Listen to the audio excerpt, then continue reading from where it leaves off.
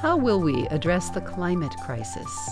Climate One with Greg Dalton brings together advocates, influencers, and policymakers in empowering conversations that connect all aspects of the climate emergency, the individual and the systemic, the scary and the exciting, to help you understand the most critical issue of our time. Because addressing the climate crisis begins by talking about it.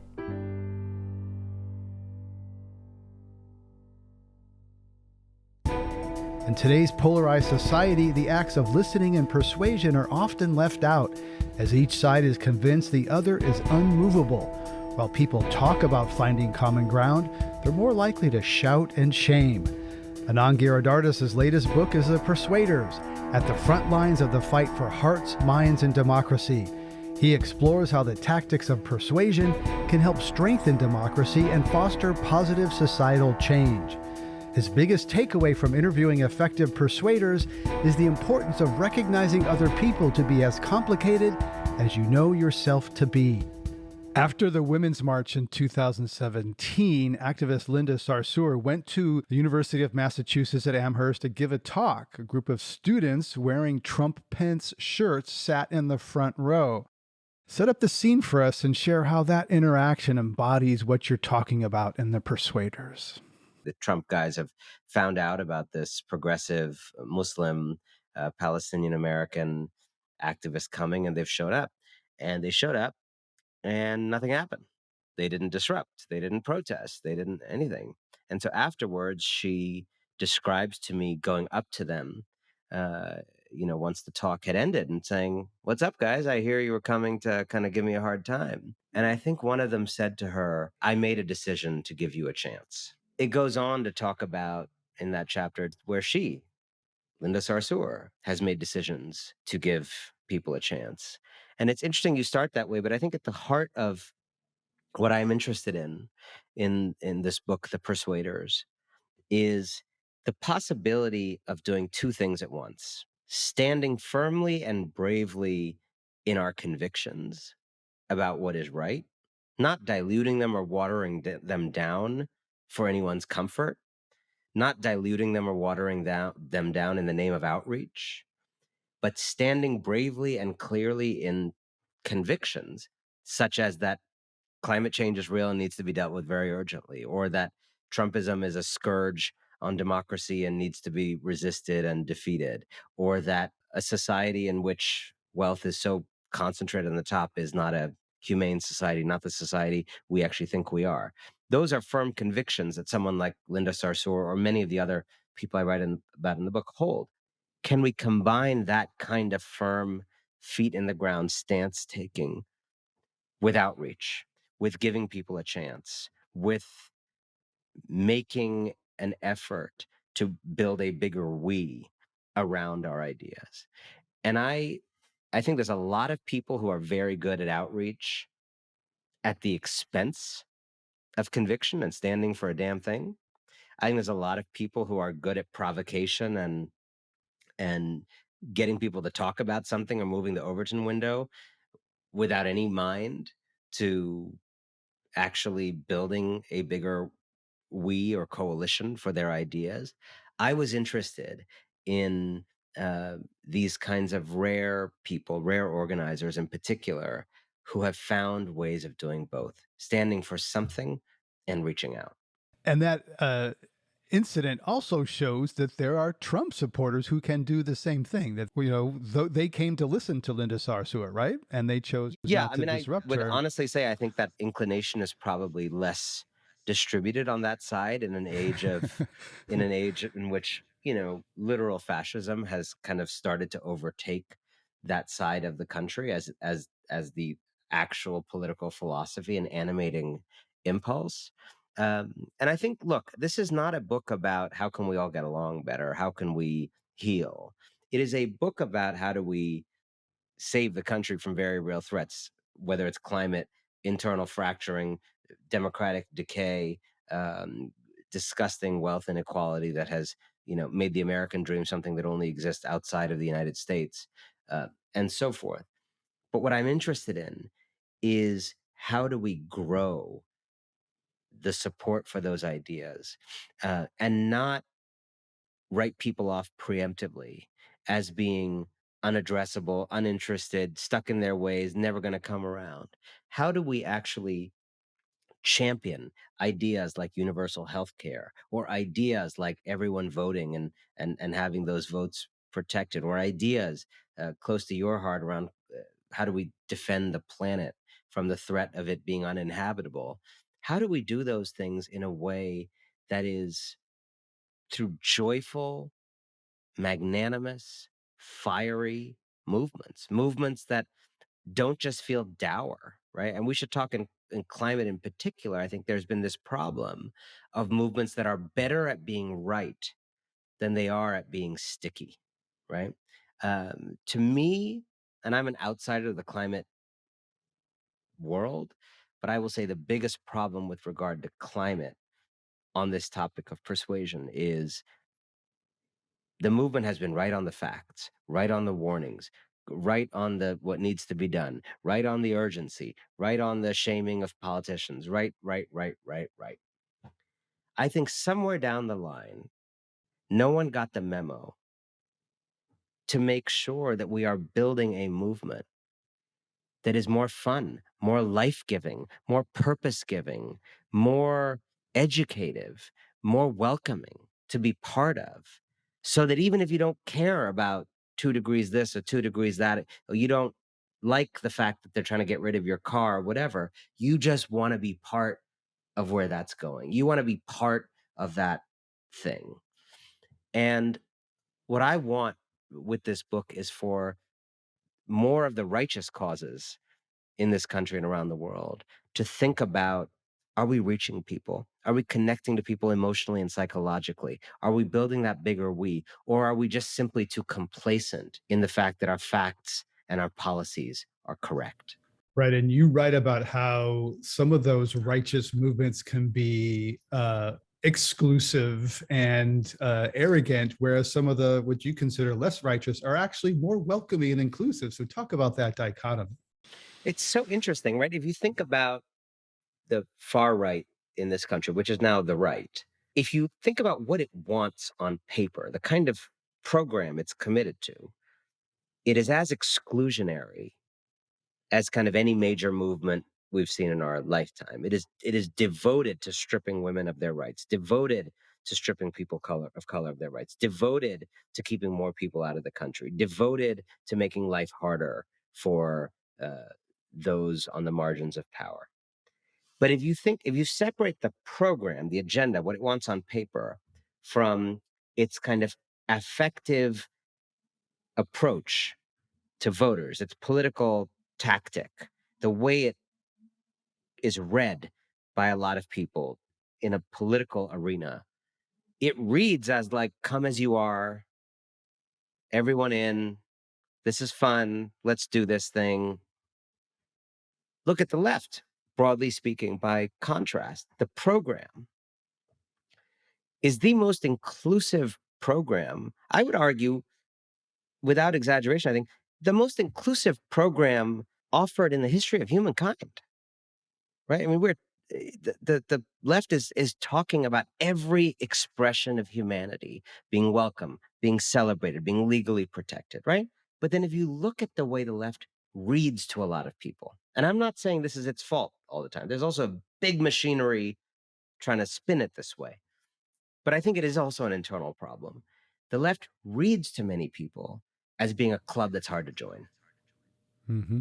You got to know Mm-hmm. the right terms. You got to say the right things. You have to kind of do your education on your own time and then come in, right? Again, some of this is ginned up, some of this is unfair perception. But I would say when I go out there and just talk to very lay voters, it is always surprising to me that they're somehow able to separate the program of the right from the fact that the right feels like kind of just a house party potluck where anybody can come in and come as you are, and the left, which is committed to this, in some ways, radical agenda of human inclusion, reads to people as a little bit of a closed circle. And if we don't fix that, we are handing the country to those who wish it very ill. George Lakoff, the UC Berkeley professor, would say that liberals go to school and they study human rights and issues, and conservatives go to college and they study marketing and other things that are a little bit help them sell their ideas. And you write about Linda Sarsour, who thinks that some on the left are, quote, too woke. Now, she doesn't appear to mean it the same way that people on the right mean, but what is she saying when she says some of her own people are too woke? I think what she's talking about, and again, what the right is saying when they talk about wokeness and they just kind of gin it up, is like they actually oppose the agenda of greater inclusion that is kind of signified by wokeness. Linda's not saying that. Linda loves that agenda. Linda wants that agenda to happen as fast as possible, as do I. Her critique of her own side, her loving critique of her own side, is to say that agenda of inclusion, of change, of men playing different roles, white people accounting for whiteness, people learning to live with all kinds of identities that they were not socialized to be able to understand and live with when they were young.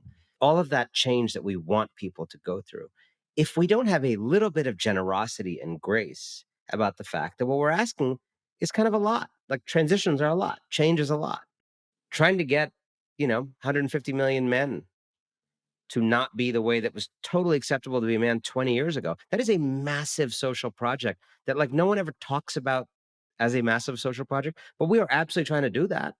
Watch a TV show from 20 years ago and look at the way all the men behave in that TV show, right? Many of those ways are just like not okay today and are widely agreed. Seinfeld doesn't hold up these days. Very few things do. And that's really amazing. Like we forget that, right? Like we have achieved enormous changes in the way we relate to each other, the way people are supposed to behave to allow other people dignity and space and not to feel crappy about themselves all the time. We have uncovered so much of what was people's experience of the world, women's experience, what women were going through in meetings all these years that was kind of suppressed. Now we know, and there's terms for it, and there's training around it, right?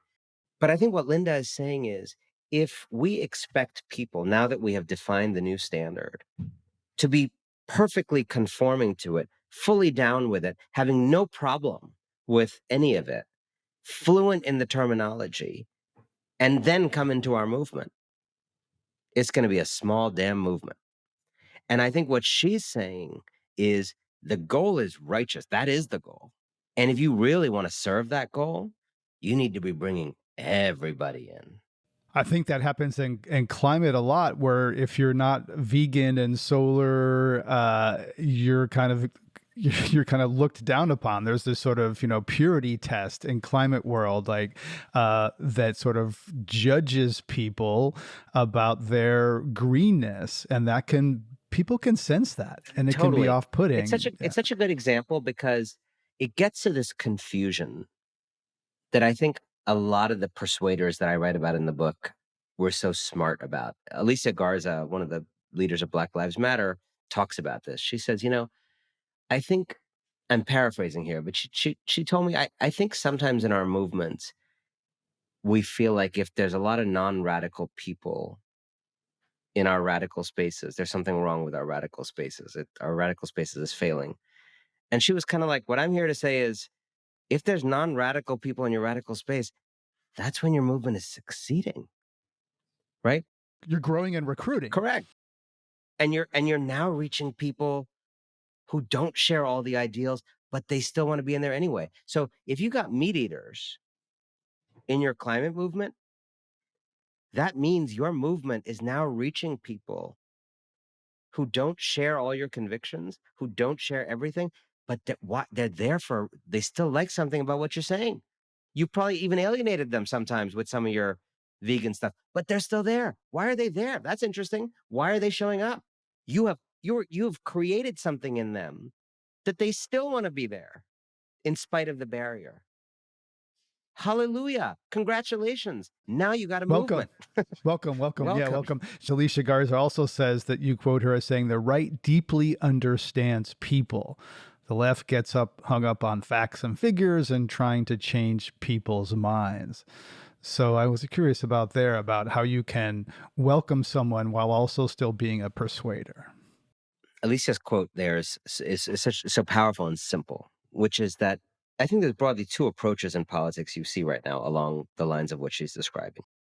What I think predominates on the left is you start with the wares that you're trying to sell. You got these like you got a couple of semis full of wares that you're trying to sell. I'm trying to sell you climate legislation. I'm trying to sell you democracy legislation. I'm trying to sell you advanced manufacturing legislation. I'm trying to sell you infrastructure legislation.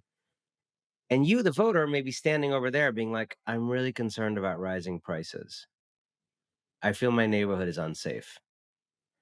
And I feel like the broad approach of the left is like, no, no, no, no, no, no, no, no, no. You're overblowing this inflation.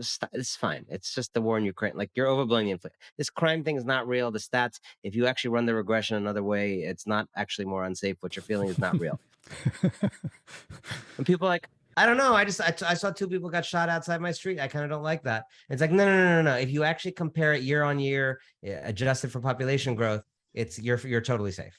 We've got white papers that say da da da. So many white papers, and like inflation. Like my family can't afford anything anymore. Yeah, but like it's Putin. It's like Putin did that. And then, by the way, we got these trucks delivering some wares. Would you like to reorganize the entire economy to fight climate change? Like, I'm really concerned about like inflation and crime. Like, climate is so important. Like, that's actually the issue that matters right now. And what about infrastructure? I'd love to build some infrastructure. Like, yeah, I can't afford my house. Like, yeah, but we need infrastructure. And it's not that these policies are not the right policies, because as you know, they actually do address a lot of these issues, and they do save you money in different ways, and they do create jobs that will help you afford your house, right? But I just feel like, very broadly speaking, the posture of the left is like, yeah, yeah, yeah. I know you feel that stuff's important, but let me explain to you why, in fact, this other stuff is more important, or is like primary. Like, if you don't care about stuff we care about, then the stuff you're worried about like won't happen. That's often the argument. Okay, now pivot to the right. The right starts with, what's going on with you? What's happening with you, Greg? What are you anxious about? What are you afraid about? What have you noticed in your town recently that made you go, huh? That's new. What did your kids come home and say to you about what they learned in school that made you feel a little bit destabilized because you didn't learn that thing in school? And that seems maybe a little weird, what they learned, or off-putting. What trainings have you been going to at work, Greg, that made you feel like, oh, I don't know, I feel kind of awkward in those trainings, or I feel attacked in those trainings? The right is starting with you. Relationship. It is starting in it. Like, if it was like a tech company, it's like, this is like user research, right? Like, tech companies literally employ people to sit next to people using their computer and like watch what they do, what's going on with them, right? So the right starts from what's going on with the users. What do you think about? What are you fearing? Instead of just trying to sell you these things, they're like, they're kind of trying to sell you them based on analysis of who you are. Oh, Greg, you notice there's more Spanish speaking cashiers at the Walgreens in your small town in Arizona. That's so interesting, Greg. Well, there's this southern invasion that's happening. There's aliens, coyotes. Like, can we interest you in that issue, right? Because of what you're afraid of. Or you're going to these trainings and you're like, why am I suddenly going to trainings? Because I'm white or whatever. And like, we're going to explain to you CRT and Kimberly Crenshaw and this whole nefarious agenda funded by George Soros to brainwash you, right? But the right is starting with your affective experience of the world, the things roiling you, the things making you feel ill at ease, confusing, discombobulating. And it is, in some ways, respectfully centering you and those anxieties and sublimating its agenda in like as living in service of your anxieties, right? Of course, the agenda is totally bogus and is entirely designed to like help billionaires become richer and spread more hatred. But in the political tactics of it all, there is let's start with you. I think when we do not do that on the left, we get to a place where we're almost condescending to voters about what they should be caring about, instead of saying, who are you? What are you afraid of? and how can I, how can I serve that? And so something like climate is such a prime example because it's the difficulty of climate for most people who do not experience it as a day-to-day issue right now. Maybe they should, but most voters who are not, it is not polling at 1, 2, or 3. Right. Right. I think there is a basic problem of saying it should be polling at 1, 2, or 3, right? Why are you not caring about this? Don't you get how What's wrong with? important it? Yeah. Right. Right. As opposed to like, what do you love? You love your kids? You think about legacy? You love things being affordable? What do you love? And having the agenda serve a realistic understanding of who people are. Um, and I think there's some very smart people who I see thinking about that. I think Varshini Prakash at Sunrise has really done some honest reflection around where the movement's fallen short in the past. And, Ayanna Johnson, I think, has done a lot of interesting thinking about that. But to me, that feels like a very exciting direction in the conversation of climate and persuasion.